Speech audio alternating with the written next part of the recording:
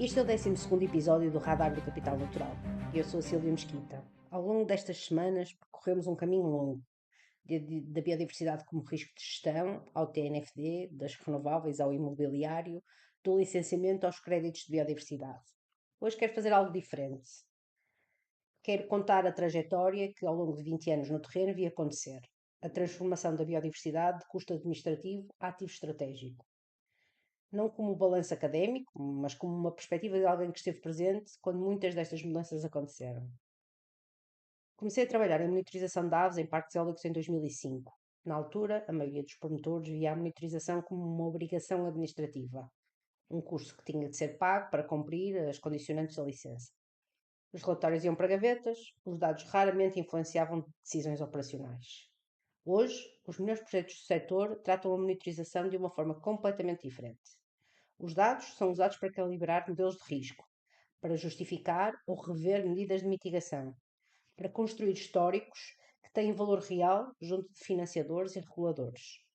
Em diferentes contextos geográficos e para espécies muito diferentes, aves criticamente ameaçadas, comunidades de morcegos, populações de aves de rapina, há protocolos de coexistência desenvolvidos ao longo de anos que são longe referências internacionais.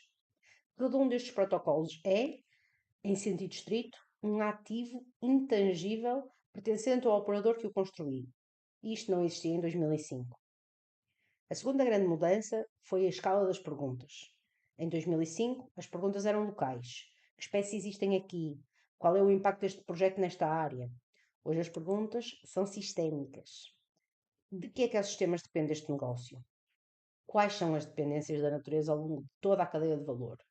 Como é que os riscos de natureza se traduzem em riscos financeiros? O TNFD é a materialização desta mudança na escala das perguntas e é uma mudança que beneficia decisão privada e decisão pública na mesma medida. A terceira mudança foi na composição das equipas que fazem este trabalho. Quando comecei a avaliação ambiental era um território quase exclusivo de biólogos e ecólogos.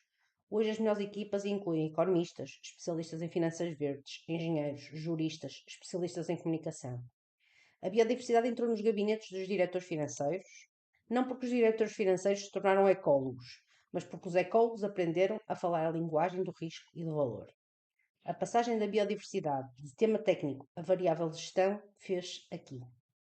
Há coisas que ficaram iguais, e vistas com o ângulo certo, várias delas são oportunidades para explorar. A prospecção de campo continua a ser, em muitos contextos, menos sólida do que poderia ser. O que isto significa na prática é que a quem investir bem nesta fase fica disponível um diferencial significativo em relação aos pares, porque o ativo de informação que constrói tem vida muito longa e antecipa decisões que outros vão ter de tomar a apagar incêndios. A distância entre os compromissos da ESG declarados e as práticas operacionais verificáveis ainda é considerável em muitas empresas. Isto também significa que quem fecha esta distância, através de integração operacional real e a verificação independente, destaca-se no mercado onde a comunicação ESG está saturada. A diferenciação por substância está a tornar-se num ativo concreto. E há uma terceira coisa que continua igual, que é estrutural e que, em vez de ser problema, é a orientação. Os ecossistemas não funcionam à velocidade dos mercados financeiros. A recuperação de uma população de espécies leva anos. A restauração de um habitat pode levar uma geração. Esta assimetria de escalas temporais é precisamente o que dá vantagem competitiva a quem investe cedo. Um ativo natural valorizado, quando bem cuidado, é dificilmente replicável e impossível de comprar à última da hora. Há um conjunto de mudanças que acho que vão acontecer nos próximos 10 anos e cada uma delas vai acelerar a transição da biodiversidade para o centro da decisão. A primeira é a normalização da linha de base. A combinação de tecnologias de monitorização remota, Environmental DNA, sensores acústicos, satélite, com obrigações de reporte TNFD, vai tornar a informação biológica do território muito mais acessível e muito mais comum. A linha de base vai deixar de ser uma raridade e tornar-se num requisito de entrada. Quem hoje começa a construir linha de base estará daqui a uns anos com vantagem material sobre quem ainda começa.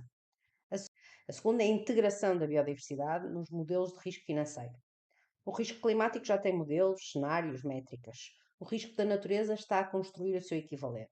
E quando esses modelos forem adotados pelos atores financeiros principais, vai ser possível quantificar o que hoje é apenas qualificado. A biodiversidade vai entrar em fórmulas de pricing de crédito, em parâmetros de subscrição de seguros, em critérios de avaliação de fundos. Isto é a mudança de escala. A terceira é a chegada da biodiversidade ao centro das decisões de investimento em infraestrutura, não como critério secundário, mas como variável primária, com peso equivalente ao risco regulatório ou ao risco de mercado. Estamos há alguns anos disso, mas a trajetória é clara. E os primeiros a estruturar carteiras com este critério vão ter vantagens claras de posicionamento. Comecei esta série com uma pergunta: o que é que o teu projeto ainda não sabe sobre o território onde se vai instalar? 12 episódios depois, espero que essa pergunta faça mais sentido e que as ferramentas para poder responder sejam um pouco mais claras. A trajetória dos 20 anos que vos contei é, no fundo, só uma transformação. A biodiversidade, que era em 2025 um custo administrativo a gerir no fim do processo de licenciamento, é hoje, em 2026, uma variável estratégica, define o acesso a capital, posicionamento competitivo, valorização patrimonial e resiliência operacional. Para empresas privadas e para entidades públicas igualmente. A distância entre perceber a biodiversidade como obstáculo e perceber a biodiversidade como ativo é, no fim, uma distância de informação e perspectiva. E foi isso que eu tentei oferecer aqui. Informação técnica fundamentada e perspectiva construída no terreno, com exemplos reais, com conceitos com substância e sem atalhos para conclusões que não estão fundamentadas. Há uma segunda temporada em preparação. Se tem temas que eu gostava de ver abordados, um projeto que ilustre bem algum dos conceitos que discutimos, ou uma pergunta que ficou por responder, pode entrar em contato comigo pelo LinkedIn ou pelo site da STOA. Obrigada por ter ouvido. Até à próxima temporada.